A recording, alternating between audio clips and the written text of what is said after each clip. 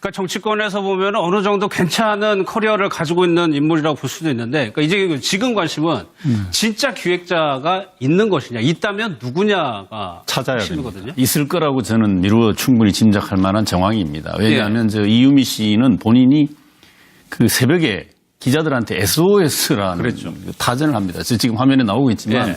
저 뒷부분을 보면 정말로 당에서 기획해서 지시해놓고 예. 거리 자리를 하려고 하고 있다. 그리고 저기 잘렸지만 그 뒷부분에 보면 제가 다 뒤집어 쓰게 생겼어요라고 하는 문자가 또 뒤에 잘린 그 다음 문자에는 있다고 하는 거죠. 그 이 사람이 혼자서 이 엄청난 일입니다. 이건 예. 있을 수 없는 일이고요. 이종근 실장 말씀처럼 정당사의 초유의 일이고 정말 독재 시절에 그 군사 독재 시절에 안기부에서는 할 법한 공작 수준의 이건 더군다나 지금 국민의당이 어떤 당입니까? 그 옛날에 그런 공작을 당해가 피해를 입었던 김대중 전 대통령을 많이 모시고 오랫동안 고생했던 사람들이 굉장히 주요 구성원으로 들어 있습니다. 그래서 저는 국민의당의 모든 아마 주요 인사들이 이 부분을 다 알고 있었다라고 보이진 않지만 예. 적어도 지금 정황으로 보면 이유미 씨 저 사람 혼자서 저런 일을 벌였을 리가 없습니다. 예. 당위에서 기획해서 지시해놓고라고 하는 본인, 아마 검찰에서 진술한 내용이 새롭게 아마 언론을 통해 확인될 거라고 저는 보지만 이 부분 또 그 윗선이라고 하는 이준서 전 최고위원, 그러니까 지난 대선 때 바로 2030 희망위원장, 희망 2030 위원장을 맡았다고 하고 전에 그 국민의당의 최고위원 비대위원을 했던 이 사람 또한 정치 경험이 특별히 있는 사람도 아닙니다. 그러니까 청년사역과 사회 안철수 전 그 의원이 국민의당을 창당하면서 영입한 1호 인사라고 이렇게 아주 높이 치켜들었잖아요. 천하의 예. 인재라면서. 그리고 이 사람도 사실은 특별히 정치 경험이 있는 사람도 아닙니다. 그런데 문제는 이 정도의 어마어마한 일을 벌이면서 이 두 사람이 자기들이 선에서 이거를 다 기획하고 만들고 전 당이 나서서 대선 막판에 4일 앞두고 총공세를 펴니다.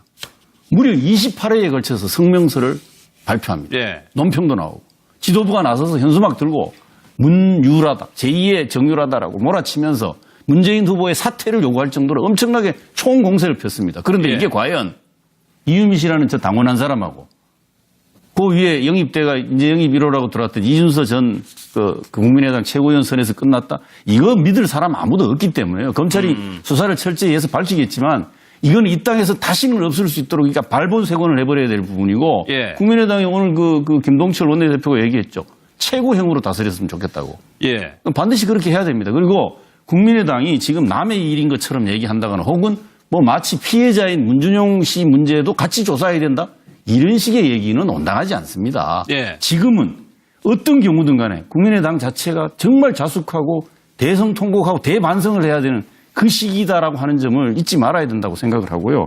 검찰이 철저하게 수사를 해서 이걸 밝혀내서 정말 다시는 이런 일이 생기면 정말 안 됩니다. 이건 너무너무 충격적인 사건이기 때문에 28회에 걸쳐서 성명서를 발표합니다. 예. 논평도 나오고 지도부가 나서서 현수막 들고 문유라다, 제2의 정유라다라고 몰아치면서 문재인 후보의 사퇴를 요구할 정도로 엄청나게 총공세를 폈습니다. 그런데 예. 이게 과연 이유미 씨라는 저 당원한 사람하고 그 위에 영입대가 이제 영입 1호라고 들어왔던 이준서 전 그 국민의당 최고위원 선에서 끝났다? 이거 믿을 사람 아무도 없기 때문에요. 검찰이 수사를 철저히 해서 밝히겠지만 이건 이 땅에서 다시는 없을 수 있도록 그러니까 발본색원을 해버려야 될 부분이고 예. 국민이 잘렸지만 그 뒷부분에 보면 제가 다 뒤집어 쓰게 생겼어요라고 하는 문자가 또 뒤에 잘린 그 다음 문자에는 있다고 하는 거죠.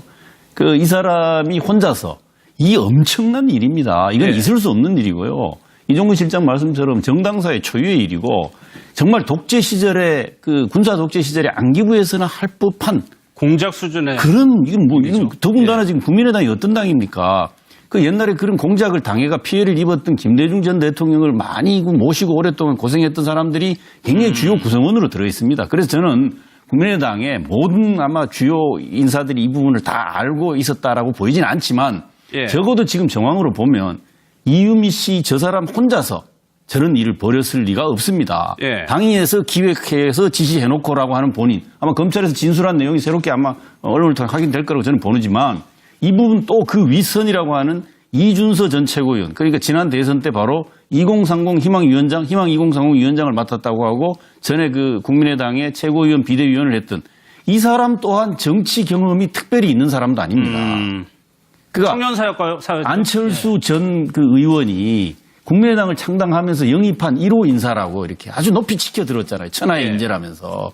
그리고 이 사람도 사실은 특별히 정치 경험이 있는 사람도 아닙니다. 그런데 문제는 이 정도의 어마어마한 일을 벌이면서 이 두 사람이 자기들이 선에서 이거를 다 기획하고 만들고 전 당이 나서서 대선 막판에 4일 앞두고 총 공세를 펴니다.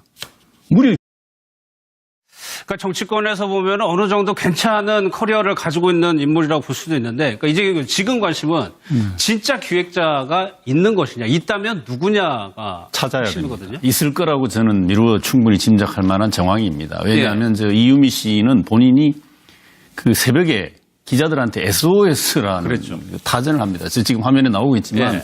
저 뒷부분을 보면 정말로 당에서 기획해서 지시해놓고 예. 버리지 자리를 하려고 하고 있다. 그리고 저기